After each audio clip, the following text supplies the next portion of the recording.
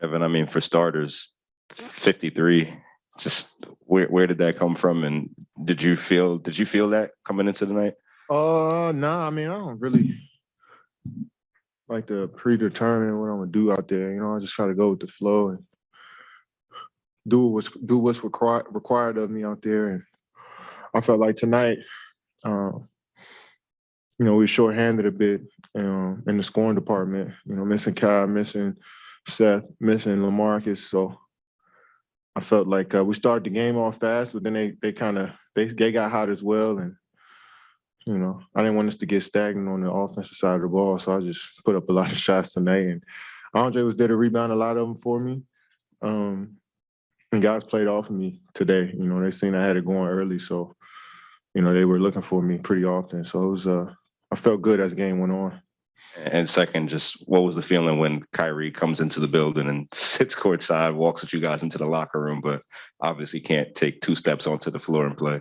It's ridiculous. Like, I don't understand it at all. I mean, it's a few people in our arena that's unvaxxed, right? Like, they lifted all of that in our arena, right? So I don't get it. It's a second mandate that says he can come in but can't play. I don't get it. It just feels like at this point now, somebody's trying to make a statement or a point to flex their authority. But, everybody out here looking for attention, and that's what I feel like the mayor wants right now, some attention, But he'll figure it out soon. He better. But it just didn't make any sense. Like, there's unvaxxed people in this building already. We got a guy who can come into the building. I guess, are they fearing our safety? I don't get it. So, yeah, we're all confused. Pretty much everybody in the world is confused at this point. Early on in the season, people didn't understand what was going on, but now it just looks stupid. So hopefully, Eric, you got to figure this out. You got to talk to him at the end of the game there. Where you guys, is that like a good to see you, or does he talk to you about the game? Did he say like a good game, or was? I mean, I seen him yesterday.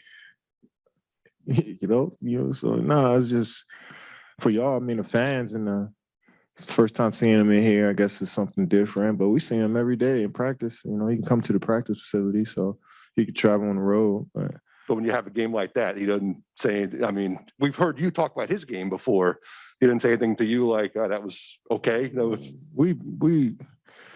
yeah. He definitely said it was a special game, but.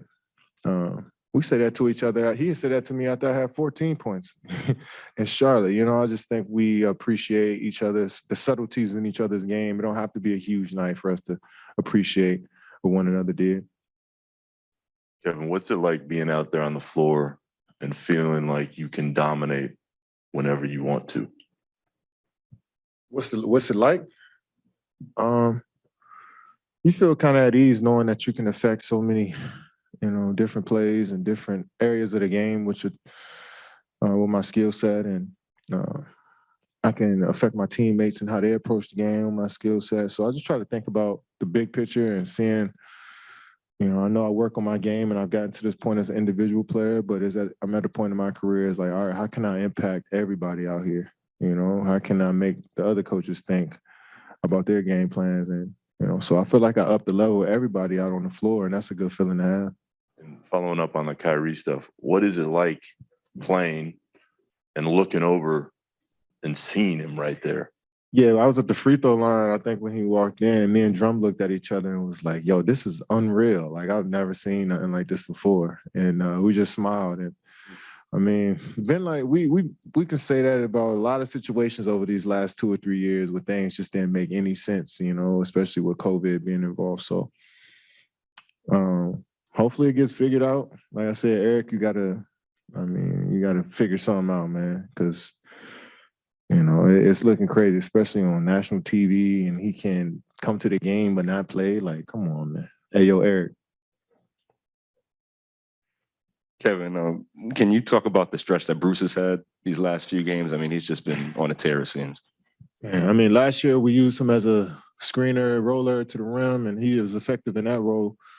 But now, I mean, I think that helped him into his development as a player, playing in different spots on the floor. So you see this year, he's playing like an all-around player, a guard, shooting a three, getting it off the rim, defending as he always does.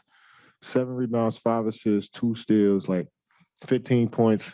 I mean, he's just playing with ultimate confidence. And, you know, when you start to see, I mean, I look at Bruce as still a younger player, and you start to see younger players figure out what they want to do in this league. It's fun to see in real time. And I'm just excited that he's getting better and better. And he's not complacent with where he is right now. I can tell you that. And second, I mean, just if the mandate stays in place, Kyrie's only going to be able to play in 4 of the last 14 games, which means it's going to be a heavier load on you. Do you look at it that way? And are you ready to, I guess, shoulder that load for the rest of the season? What's the last question? Let me die out there, man. I told you. Drummond, 18 and 10 tonight. He's been here about a month now. What has his impact been on this group? Man, it's just incredible. I mean, I feel like when Drum simplifies the game, you know, he's a force. You know, when he's rolling to the rim, rebounding our misses, you know, running the floor, defending like he did, protecting the rim, he had nights like this easily. I mean, double-doubles for him. He could do that in his sleep. So it's all about staying focused and on us as teammates to put him in good positions to be successful. You hit like a midi to put you guys up by, I think, 7, maybe 4 minutes left. And then right after that, that's when Julius got you. And you went down. And I think they went on a 9-0 run after that. Clear path and a 2-3. Right. Exactly. I mean, what kind of explanation, if any, did you get from the ref? And do you think that kind of threw you guys off at that point? Yeah, for sure. The ref said he came over and just took the ball out of my hands, but it was a similar play against Philly where I did the same thing and try to run and jump and be when he spun. And then I got there a little too early and hit him, and they called the foul. So I was expecting the same thing for me because I'm blindsided and he running full speed, not turning to him. I got to be able to spin. You know what I'm saying? That's what I told him. And it was one of those 50-50 plays he felt like that Julius got. But I'm glad we was able to bounce back from that and not let that, spiral us and lead us to an L. And guys made plays. Bruce and Clax were huge making that defensive play to see the game for us. So I like how poised we stayed after that. That's exactly what I was asking. How did you guys from, I think it was 9-0 run, how did you guys kind of settle that emotionally and not let it become something that was game deciding? Yeah, I mean, because it's somewhat out of our control. We all felt that that call should have been different, but we can't let it affect us for the next few plays, especially late in the game. So that's just having a veteran presence out there. Guys understood that we just got to keep pushing and win the game, and that's what we did.